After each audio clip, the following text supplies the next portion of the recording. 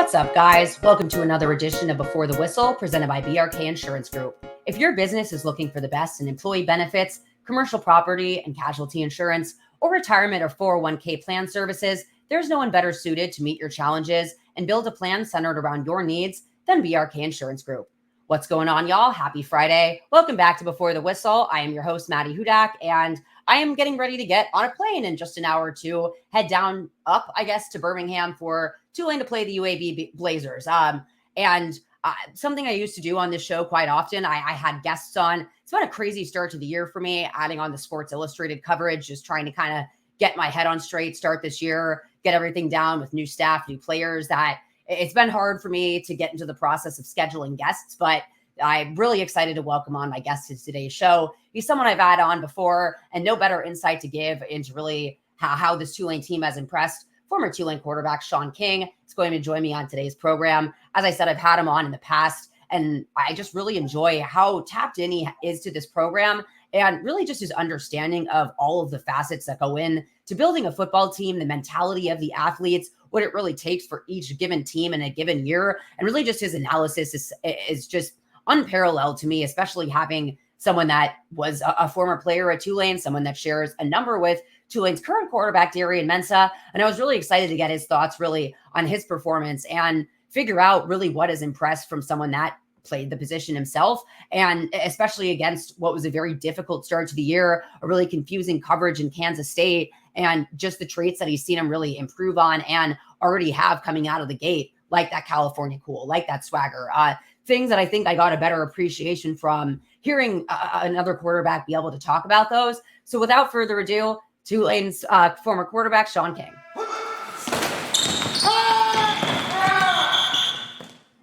All right, so I have Shaun King joining me, former Tulane quarterback and played in the NFL with the Tampa Bay Buccaneers. And Shaun, you've done a few interviews with me. You've also done one with one of my friends, Sam Lockwood. He runs the Wave After Green Wave blog on the internet. And something you said that stuck out one of your interviews about this current team was he asked about the high expectations going into this season. And he really said that nothing that happened before this team matters to them. How have you seen them really kind of take on their own identity in these first few weeks of this year? Well, I think Coach Summerall's done a good job with a lot of new faces of getting them to play as a cohesive unit. Inexperience has probably cost them 2 big wins versus Oklahoma and Kansas State.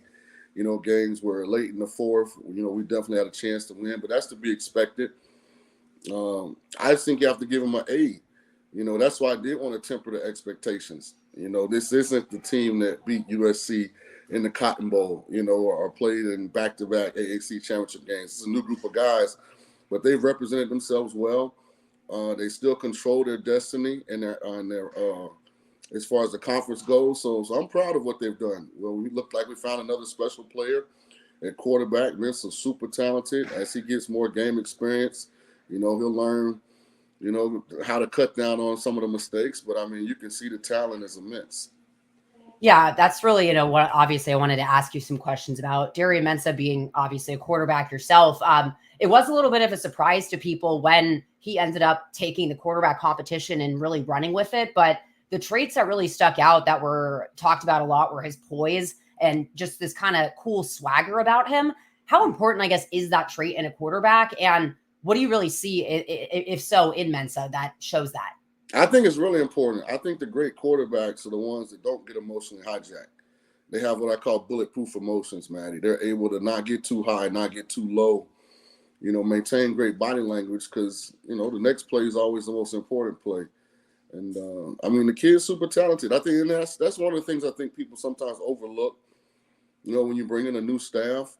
It's also a fresh start, a new opportunity. I know Mensah's a freshman, if I'm not mistaken. So, it's not like he was there a long time under Coach Fritz. But, even when you bring in a transfer, and I'm sure they'll end up figuring out maybe a package for the kid. What's his name from? Is it Ty? Yeah, Ty Thompson. Yeah, they came from Arizona State. So, that's why you practice. That's a new staff. They don't have any biases. They don't have any information that they got to unload. They're just taking, what they see and trying to get the best 22 out there. So he took advantage of it, and it definitely looks like they made the right decision at this point. Absolutely. And yeah, they have started to use Ty Thompson a little bit in some more of those packages. And I think it gets him really comfortable with the offense. I've also noticed it really kind of helps on the sideline. I think having him be lining up as a wide receiver, lining up as a running back, probably spending some time in those meetings, helping Darian Mensah quite a bit. But you kind of talked about that inexperience losing those first couple of games. I know really that turnover in the Kansas State game is what everyone kind of points to, but what were some other, I guess, smaller things that indicated inexperience to you? And do you think that he's kind of shown some growth in those areas through this point?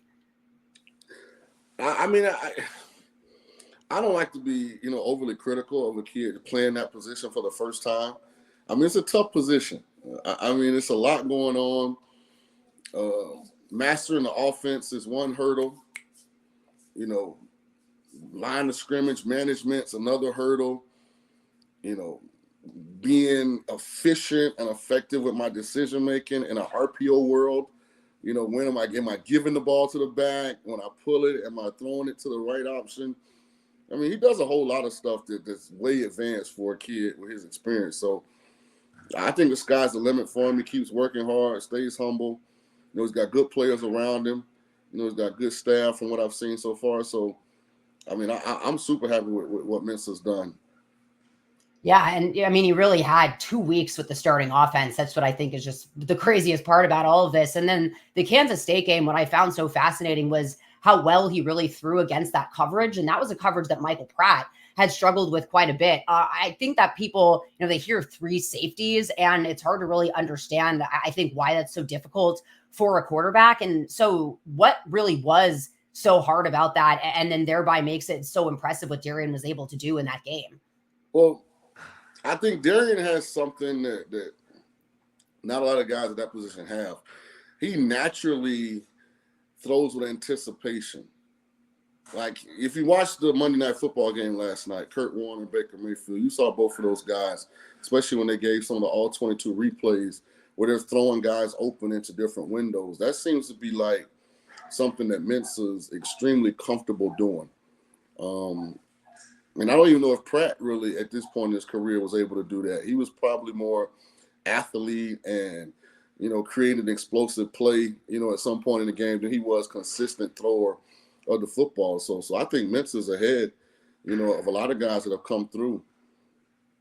And can you hear my son in the background? No, not in a bad way. Ashley, stop, man. Go upstairs. You're making too much noise.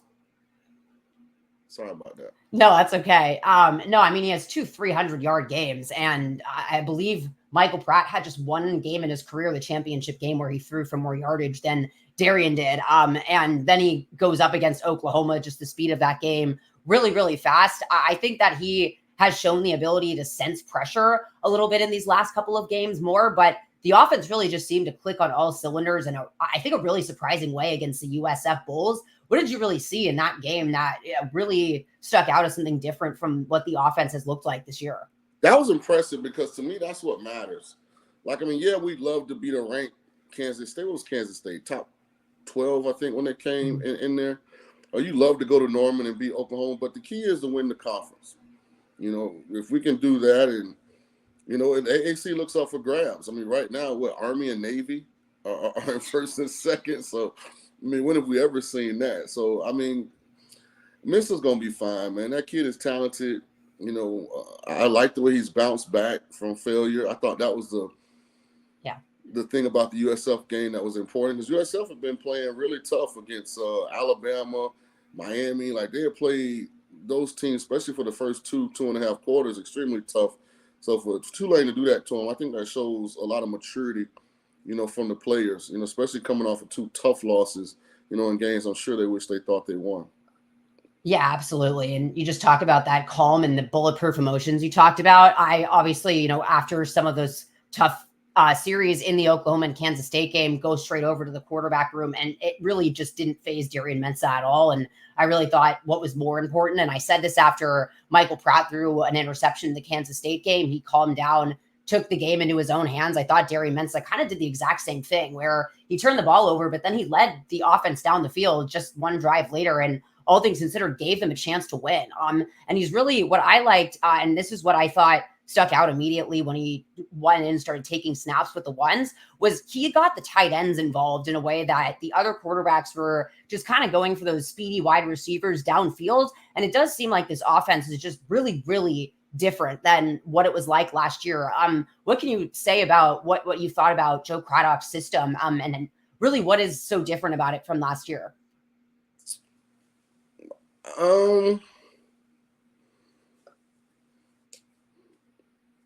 I think it's still a little early to make like a macro evaluation on that, and I'm very careful when I do anything Tulane related, because I don't want to, jump the gun, one way or another.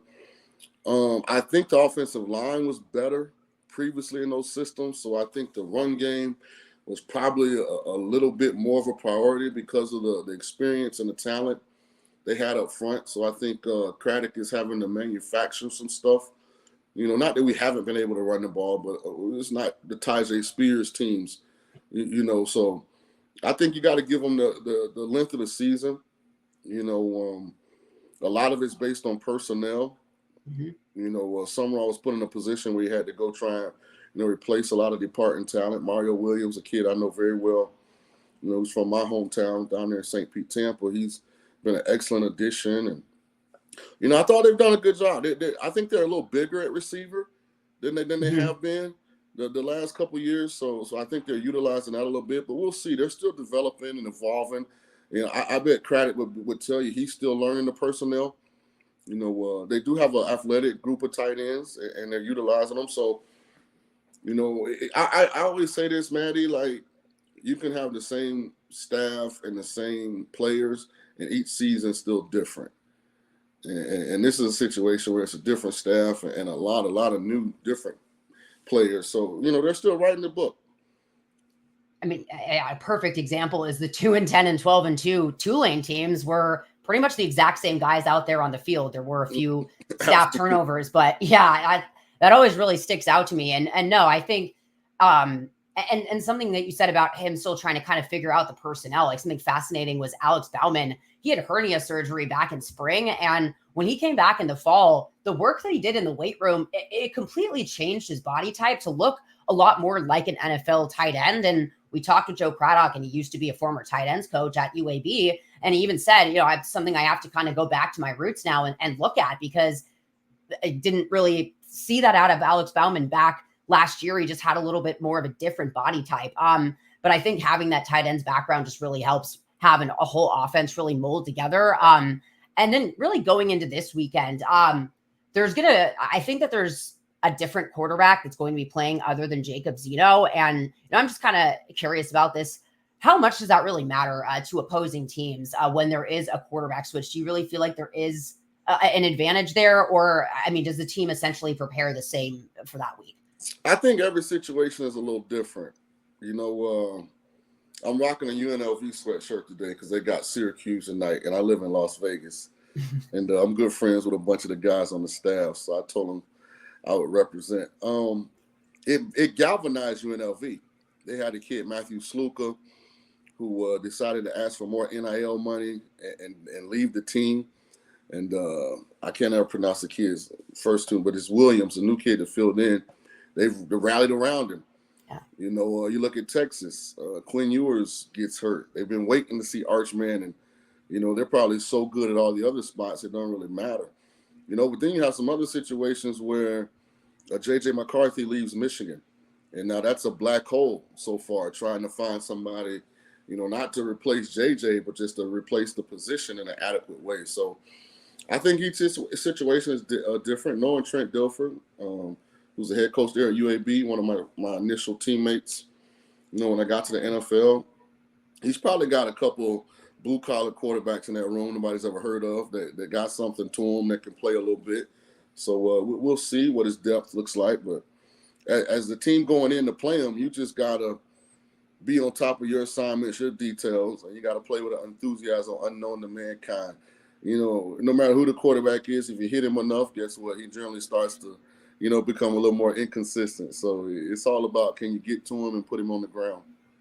Yeah, I was just going to say last week, and Tulane in the past have struggled with those kind of in-game quarterback changes when injuries have happened. I thought that they handled it last week really, really well. And it really all came down to the pass rush in that game to me. I thought the defense was a little slower to gel over the first couple of weeks, but I think we talk about the turnover. There was so much turnover on that side of the ball, and still really kind of rotating personnel in the secondary just as much. But what did you really see out of the defense in this last game that was, such a stark contrast from the first couple of weeks of this year?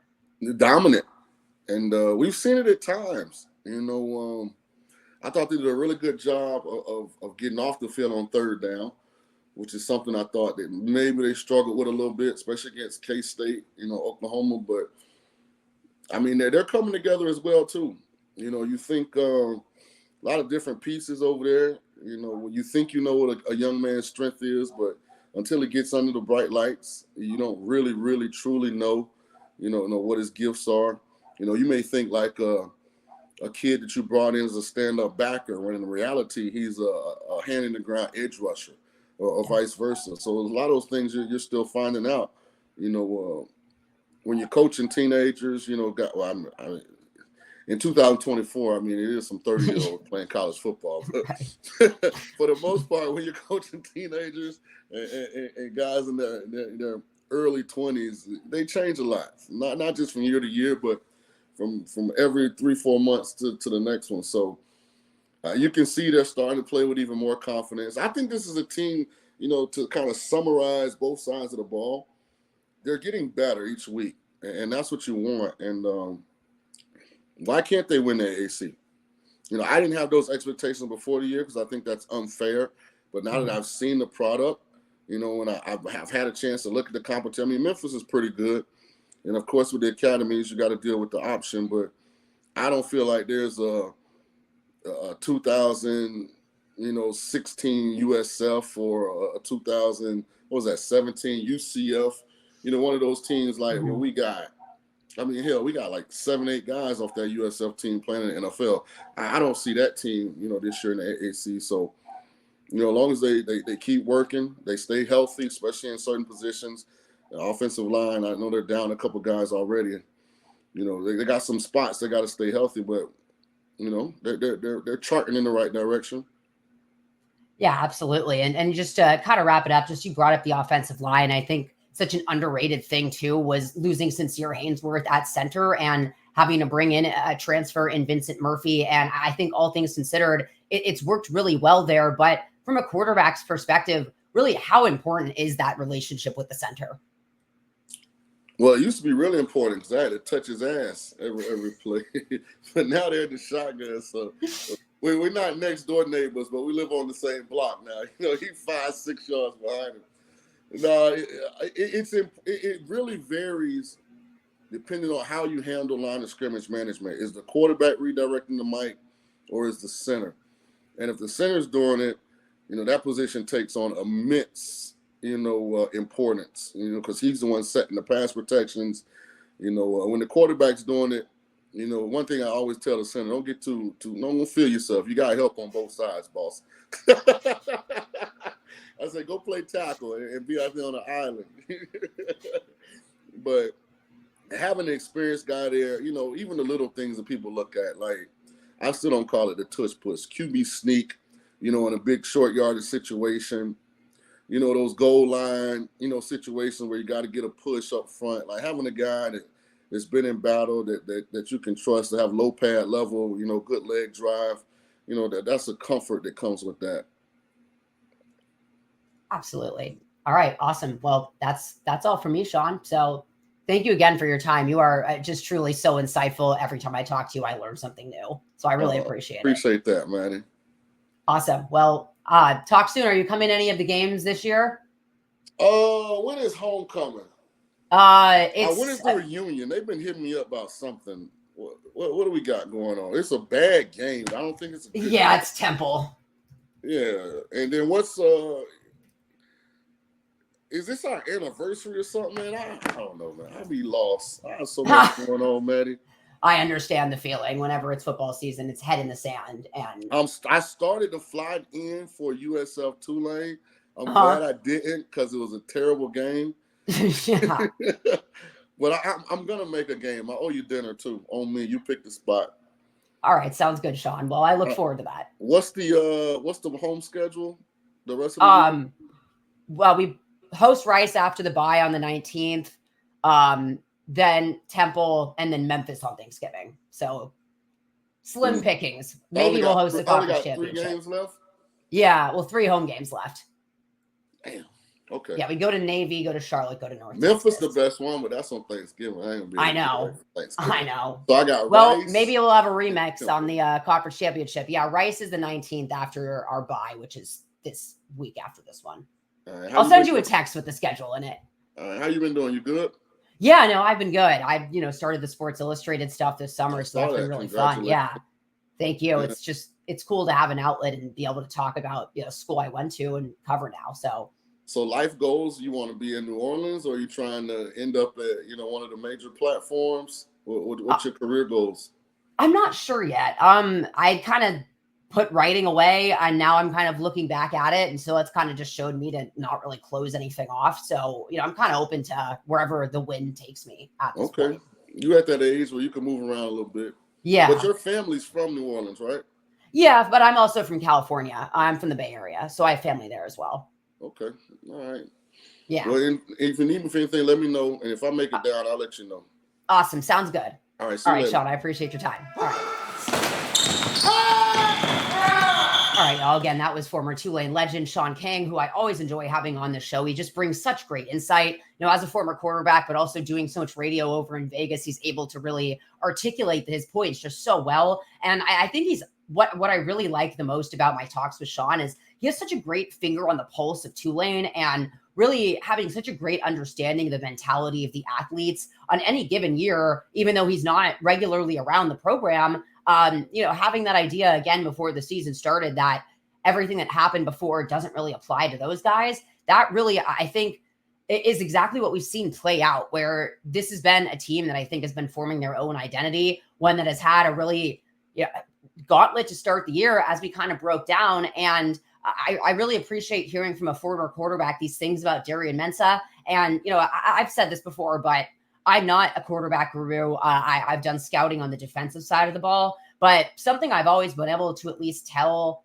from at least my perspective is when a quarterback just kind of has that X factor about him. And it's not really something that you can put your finger on. But I think Shaun put as good of that as possible with his idea of kind of, those bulletproof emotions and everything like that. I think you've really seen that matter in critical moments for Darian Mensah. And now you've seen him really grow off that and perform in just, as we said, a way that Michael Pratt really wasn't close to at this time in his career. So that was just really enjoyable to talk through with him and, learn kind of what goes into building a new offensive system. And it just really is, so awesome to have the quarterback from, the one undefeated season for Tulane be this tapped into the program and have also an understanding of what it takes to coach guys, because he was actually on USF staff a few years back, both as a quarterbacks and then a running backs coach. So hearing him really be so impressed by the staff and what they've been able to do with these guys and the identity that they've been able to form with one another really should say a lot about the trajectory of this team. And